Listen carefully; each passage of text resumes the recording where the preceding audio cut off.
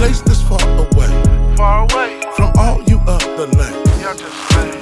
We are not the same. No, we not. I'm on a different plane. Altitude. A place that's far away Far away. from all you other lanes. Vito the Don. AV the Swan, AV the Realist, Vito the Illest. and we are ABV, Straight No Chaser, a real show About real stuff. for real folks. Boom. Hi friends. Yeah, Happy Friday. Did I say that in the other one? you did. It don't even matter. Because this is going to be released on a Friday too. Oh dang. See, now you're making me overthink. Well, what are we talking about today? What people talk about, Oh God. do you care what folks think? To care or not to care? Do you, honestly, talk to me. I do. Unfortunately, I care about what people think. I think that to a degree we should, especially depending upon the spaces, you know, that you're used to occupying and all the things as far as church or even work. I think that we should have some tact about ourselves.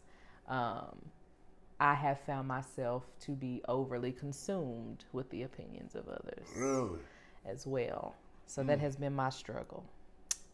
What do you care? Nah. Help me get there. My mama taught me at a young age, she said, you're not doing life for a likable contest. And I used to hate it, but it really conditioned me to think like, man, people really don't have to like you. Like, it's really a privilege. It's a privilege for people to like you. It's a privilege for people to understand you. Mm-hmm. Like, I've grown to understand that it is a privilege. When somebody understands me, like Vince, then they need to be around because I ain't understood by a lot of people. It's okay to be misunderstood. Now, as far as I care about what people think who are genuine about me. Okay. Like, they really care about me. Yeah. So, like, if they pull me to the side, like, yo, like, if you pull me to the side and you say, hey, twin, like, I think you're going about that the wrong way. It would be selfish for me to be like, well, I don't care what you think. Yeah. Like, so for me, I care when I know that the person is genuine. But the masses, it's touchy for me because I am naturally the type of person that I analyze human behavior. I read the room. I observe. Like, these are all things that I just unfortunately have the keen ability to look out for whether I'm trying to or not. And as it relates to being a public speaker or just in front of an audience in one way or another, that consideration for what people may be feeling or thinking, I naturally maybe shapeshift, not necessarily to be a chameleon or to not be authentic in who I am, but just to make sure that what I'm saying or whatever I'm doing is palatable. Like, you know, I care about that. I'm also fearful of being misunderstood. I'm a deep feeler, and everything I do is like with passion and intent and calculation, and to just know that somebody is like totally wrong about me. You know what I'm saying? And so wrong that they're treating me in a way that is really not fitting for who I am, what I do, how I move. Like that, I care about that. it might be different for me, like, to sit back and think about it from a perspective of being a chameleon is, I feel like that's a gift. Because you can exist in every room. Yeah. I'm going to be real with you. I can't. Vince Ford can't exist in every room. I can't either. I can't fake. So Nah, like, I used to struggle with that. But I came to the grips with the fact that, man, every room ain't meant for me to be in. yeah. Now that I don't care. I don't care to be in the mix. I don't care about that at all. I'm not good at faking for all reasons, you know, stated. But I think it's important to care. Even maybe like outside of the people that we care about, you know, the people that mean us well, I just think it's important to care even about some strangers' opinion. No, for sure. You know, corporate settings, you know, what have you, community efforts, all the things. I just think it's important. What's nothing wrong? I don't think there's anything wrong with that, like whatsoever. I don't think there's anything wrong with, you know, at least having some sort of self evaluation. Yeah. You know, I think to dismiss it completely is foolish, and I think it's irresponsible, right? Like, Good segue. you know what I mean? So it's just like I think it's an opportunity for you to really understand who you really are, For sure. but also to say like, what am I putting out there to make people think that, right? Not to say that I got to change my behavior about everything, but it is to say that, what prompted you to think about me in that way? And how many people saying that? Like, Right. well, I've heard this before. Like, these are behaviors. And it's a big difference between being dismissive and just like dismissive versus accountability. Yeah. It's okay for you to have your feelings about whatever people may feel about you, but at some point you have to take responsibility for how you're causing people to feel. Yeah. Some stuff is just behavior, bad behavior, toxic behavior, unhealthy, unproductive. You know what I'm saying? These are things that I would hope one would account for. Well, a lot of times when it comes to that accountability piece, when we don't want accountability, that's when it can get scary. For sure. Like it can get real dark when you're in a place where, man, I don't care what nobody think. I'm doing me. I'm gonna do what I want to do. I'm gonna say what I want to say. Nah. And life has a real cool way of humbling you to really help you understand. I got a friend like that. Man, nah, player. We don't get along all that well. Yeah, hey, listen. Love him to death. We'll do anything for him. We just don't. And I can see where it is beneficial. I can. Sometimes a lot of our struggle is caring too much. Things that we would probably do differently if we could just take the emotion out of it. But there needs to be some. You just got to be responsible for how you treating people and what you doing. You have to. And it goes beyond perception, right? Because I understand that communication is layered. You can say a thing, obviously the way you say it, your disposition, all of that. The person can perceive it, whether how it's meant or by way of how they are as people. It's a lot of ways, a lot of things to consider in communication. But when you got all these different types of people in a room and you say something and everybody get the same, draw the same conclusion about you and your character, perhaps it's a character thing. Yeah. So Perhaps. So then what does that person do? I think you should. I mean, you can't go through life just being tactless, unpalatable. But there are a lot of people that do that. We had a whole president who was out here acting a fool, like saying what he wanted to say. That's not okay. It's not. But what I'm saying is it goes to show that junk is real. There are people who just really don't know how to talk to folks. Yeah. Seriously. It eats me up like nothing else because, and I understand everybody's different. I understand everybody don't, consider things or care about the same things I do. But it's when someone is passionate about making sure you receive information the way it's intended, I'm passionate about educating you, making sure that you're clear, like, this is why you were wrong. Yeah. You know what I'm saying? This is probably best to do next time, And that's not to come from an arrogant place. That's to come from a place of, I pay attention to the stuff you don't care about. Right. And as someone who has to receive whatever you're saying, especially if you're in a leader role of any type or any kind, that's important. It's extremely important. And it's also important, too, to bring this information to people in a way that can be received with love, right? I think that's the one thing, too. Because a lot of times when we're backed into a corner, we'll say things about a person. Anger hits. Yeah, anger hits, right? And so then you're like, man, like, dang, you been feeling that way the whole time? But a lot of times when it come out in anger, I know that about myself. But you fell back into a corner and you wanted to get me up off you. So you were like, oh, well, I'm going to throw this out there to kind of give us some space. Rather than putting on your big boy pants and saying, yo, I really don't want to talk about this right now. Shout out to the people that communicate in real time.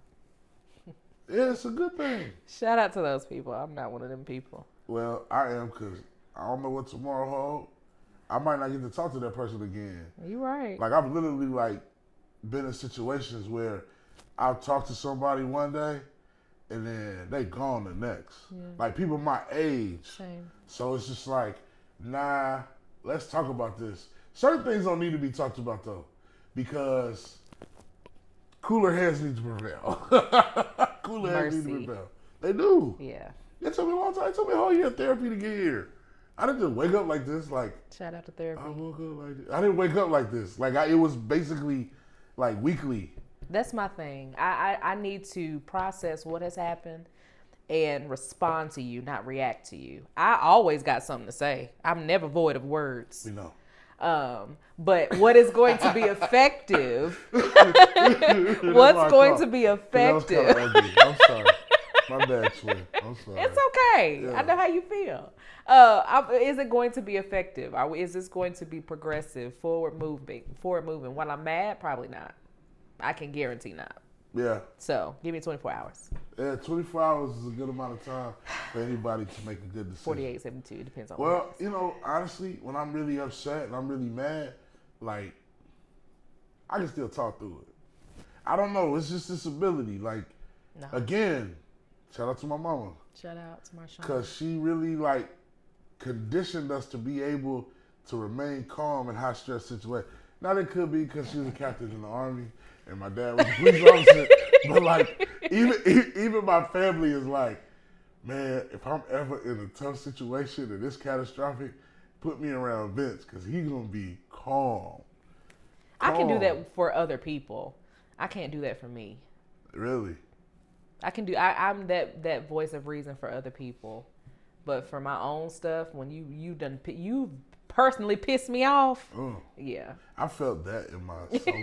Like, yeah. I got a question though. Uh-huh. In the moment, does it cross your mind that, like, what I'm about to say, like, I don't even care what y'all think about what I'm about to say. I'm just about to say it. Mm-hmm. So, what is the, like, permission slip that says go in? My mind frame is this is something that you need to hear. That's always my mind frame. And I don't know if that's productive or if that's just me being mad. But what if they don't, like if I'm angry, I'm not really conceptualizing what you're saying. Oh. So then what? I don't know. Because I'm listening. I'm listening better, as a matter of fact, when you're angry. I'm listening to everything you're saying. I'm listening to how you moving. Like, your disposition, all that is what I pay attention to if you're angry. How are you able to pay attention to all those things in a high stress situation? Have no idea.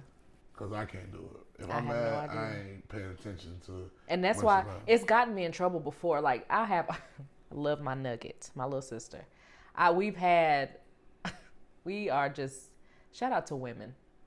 Women are just, we're so unique and we're so emotional, and we've had like some fallouts, and I always find myself speaking on behaviors in the conversations that are justifying ways that I'm feeling, and we not even on topic no more.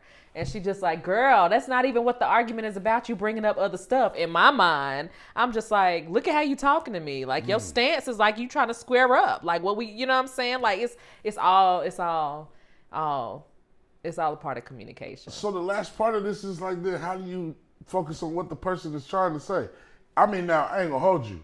If there's an inkling that this person might fire off on me at any moment, I'm checking their stance. For sure. I'm probably gonna stand beside them. That's your fighting stance? No, it's not. It's a video on TikTok. It's a video on TikTok. I was like, yeah, okay. Not at all. Yeah, you know, to each their own, right? You know? No. Greensboro, North Carolina. Oh my God, up, please.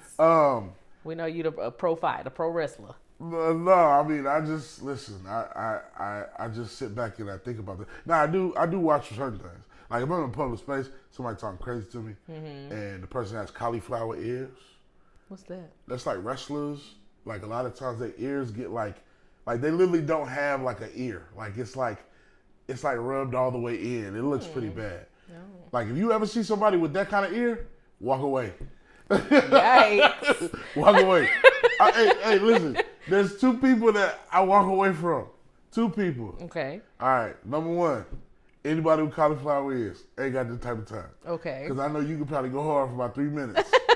I got about 30 seconds of hands throwing. If I don't knock you out after that, hey, break this up, dog. Like, okay. Those type of folks and men with braids over the age of 40. Like straight backs. Yikes. Like if your hair is gray, you still got braids. Yeah. Man. I'm good, bro. It's we all not. right. You can have it. We will agree to disagree. Yeah, we gonna be all right. Okay. Yeah, because I know you want to fight, and sometimes I don't feel like fighting. Not You know, the older you sometimes. get, fighting take a lot out of you. You gonna feel the fight for the next 72 hours. Pour the Epsom salt. Please, hot bath. But when should you not care what people think? Like when it's just like, I don't care whatsoever. I think it depends. I think the context of the situation maybe determines that. If we having a conversation about relationships, whether it's romantic, platonic, relational, and you are someone who does not have healthy relationships, you know what I'm saying? Incapable of like keeping friends and maintaining healthy spaces within your own romantic. I don't care too much about whatever your opinion is when we're talking about relationships. You're only going to be able to serve me your experience, and if it looks different for me, I have to go based off of that for me. I think it's situational. The person, the place, the thing. Yeah. You know what I'm saying? Like, is this headline news? Is this something that's going to change the trajectory of our friendship forever, or whatever, whoever the person is? If it's somebody you don't know, what does this impact? If it ain't that deep, I don't care. Yeah, I think I don't care what people think when the relationship between me and them is competition. Okay. You know, Yeah, for sure. when they're in a space where they're like, You trying to be like me? like nah, man, I'm not trying to be Yeah. like nah. Yeah. When it's competition, I'm like, I'm good. Makes you question what place it even comes from. Right, like if you one up in all my stories, you know, like if I tell you like, hey man, you know, man, I got a real nice refrigerator at Home Depot.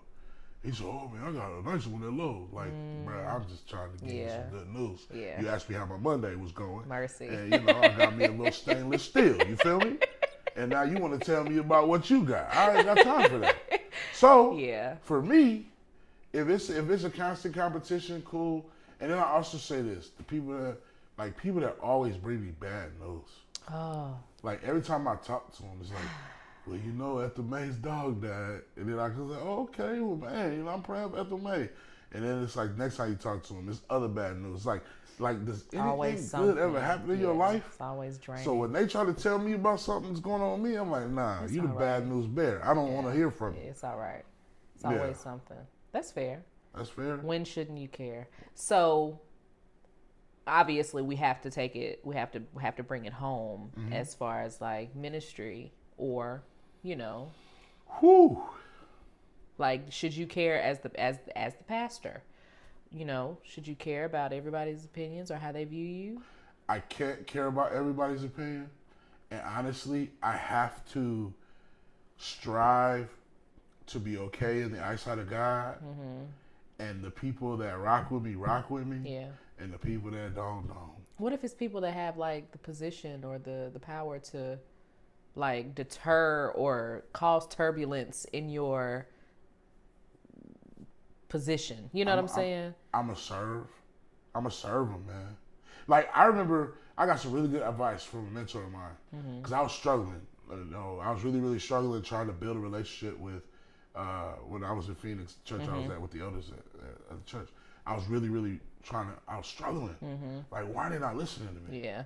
And he told me, he said, just don't forget that you're their minister too. And he was like, start ministering to them. And no lie, I started serving. So I go to Barnes & Noble to pick up a book, I pick up two.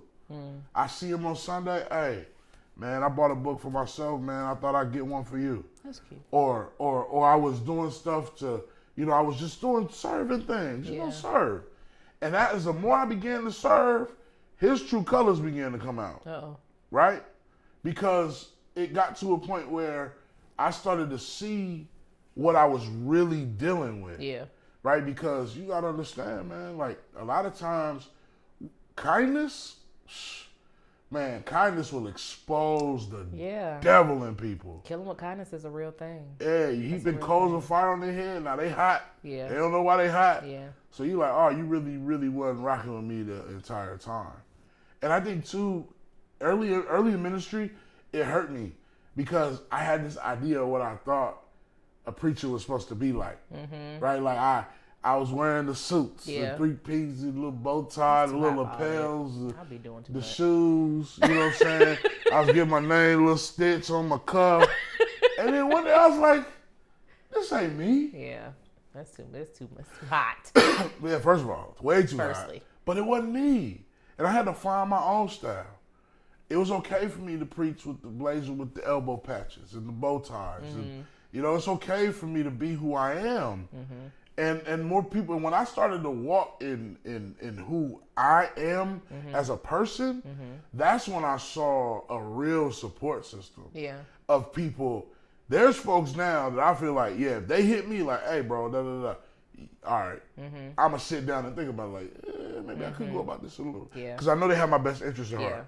And I think that's where I'm going to land my thought is that I think people who have my best interest at heart, man, I gotta care.